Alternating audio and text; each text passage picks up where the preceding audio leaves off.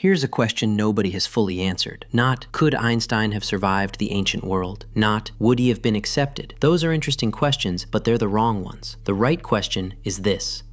If the greatest scientific mind in human history had been born 3,000 years earlier, what would the world look like right now? Because the answer isn't just more advanced.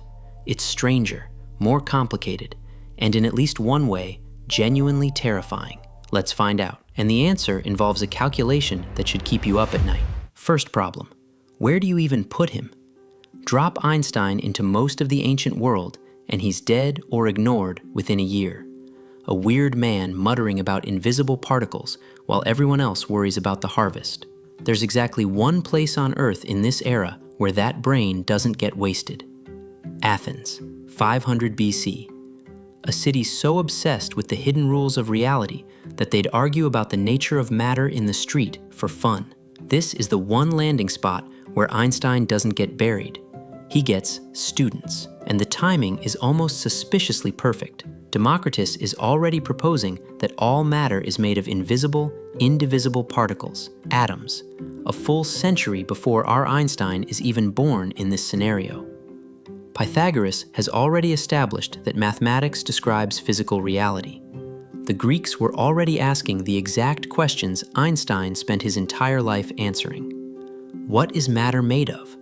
What rules govern the universe? Is reality knowable through pure reason? The intellectual soil was as rich as it was ever going to get before the modern era.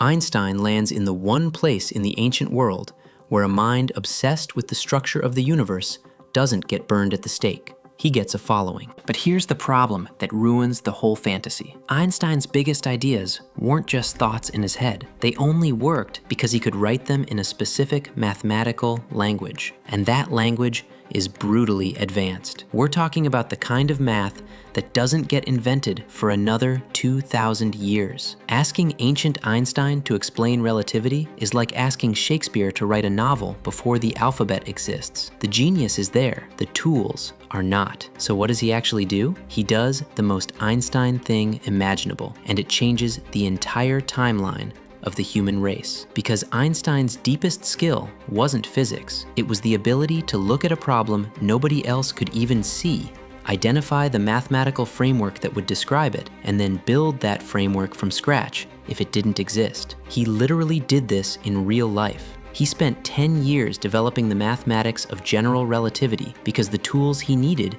didn't exist, so he made them. That's not a modern skill. That's an ancient one. So ancient Einstein, dropped into Athens at 25 with the exact brain he actually had, does one thing before anything else. He fixes Greek mathematics. And Greek mathematics was begging to be fixed. No zero, no algebra, no systematic way to handle infinity. Einstein takes one look at this toolkit and immediately sees the holes, because the holes are exactly the tools he needs to describe the physics already forming in his mind. Within a decade, he's produced something like algebra, 1,800 years before it was actually invented. He develops a notation for zero and negative numbers. He starts sketching what we'd now recognize as early calculus. This is the first butterfly wing flap, and it changes everything. Because here's what Greek mathematics did to the world, and Einstein is about to pour rocket fuel on it. Now, here's the part that turns one man into a global time bomb. Greek ideas didn't stay in Greece. They were the most contagious thing in the ancient world. Alexander the Great basically spent his entire life couriering Greek knowledge from Egypt to India at sword point. The Romans copied it wholesale. Islamic scholars protected and advanced it, while Europe forgot how to read. The Renaissance was essentially Europe rediscovering what the Greeks already knew. Every idea got passed down a 2,000-year relay race that eventually became the modern world. So now, ask yourself the dangerous question. What happens when the very first runner in that relay race isn't carrying basic geometry, but Einstein? The Library of Alexandria isn't just preserving Euclid, it's preserving Einstein's algebra, Einstein's early calculus, Einstein's work on the behavior of light and the structure of matter. The scholars of Baghdad aren't just advancing Aristotle, they're advancing Einstein. The European Renaissance doesn't happen in 1400 AD, it happens in 900 AD, maybe earlier. Now watch what happens when you fast forward the tape. Newton's big breakthrough doesn't wait until the 1600s. With Einstein's math already sitting in the library,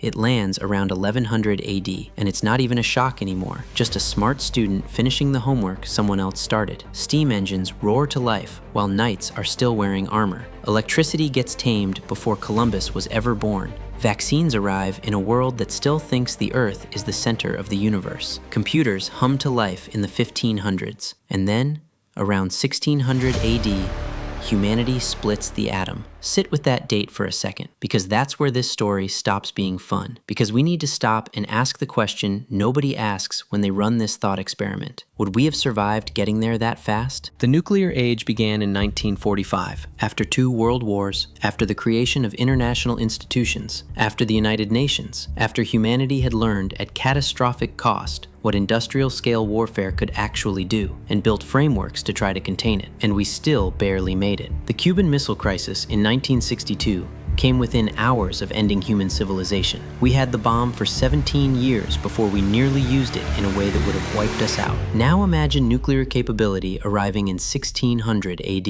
No international institutions, no Geneva Conventions, no concept of mutually assured destruction holding anyone back. Europe in 1600 was in the middle of the 30 Years' War, the most destructive conflict the continent had ever seen, fought over religion and power, killing 1/3 of the population in some regions. Hand those people the atom bomb. This is the twist nobody runs to completion. A 500-year jump in scientific power is not a 500-year jump in wisdom, restraint, or the ability to not end the world.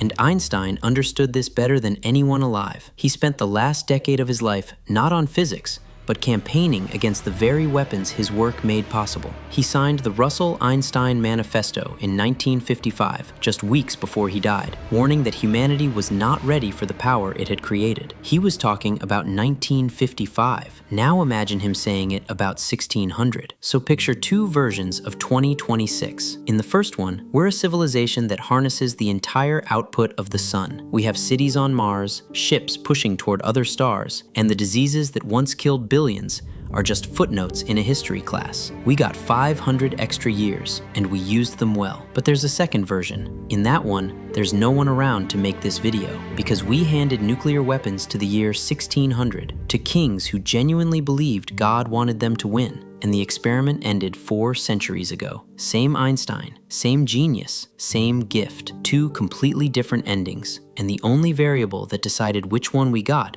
wasn't intelligence. It was whether wisdom could run as fast as power. Spoiler, it usually can't. The gap between what we can build and what we're wise enough to control isn't a modern problem. It's the oldest problem in human history. Every civilization that ever collapsed did it because that gap got too wide. So the question was never whether Einstein in 500 BC would have accelerated our science. He would have. The question is whether acceleration is always a gift. What's your answer? Leave it in the comments. I read every single one. If this changed how you think about progress, there's a new video every week going deeper into human potential, ancient minds, and the science of where we came from and where we're going. Everything is in the description. See you there.